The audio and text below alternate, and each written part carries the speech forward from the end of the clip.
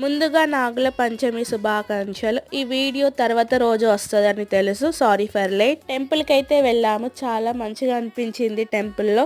So ఇక్కడ నేను మా బావ పిల్లలు వచ్చామన్నమాట. మా అక్క వాళ్ళు అందరం కలిసి పుట్టకైతే పాలు పోస్తున్నాము.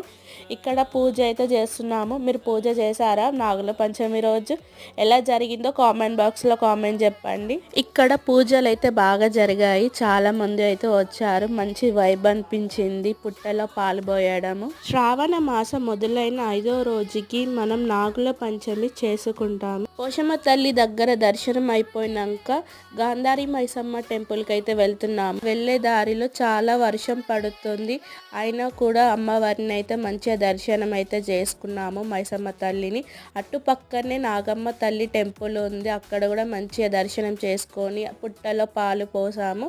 సో వీడియో అయితే ఇంతే. Thank you for watching. Please like, share.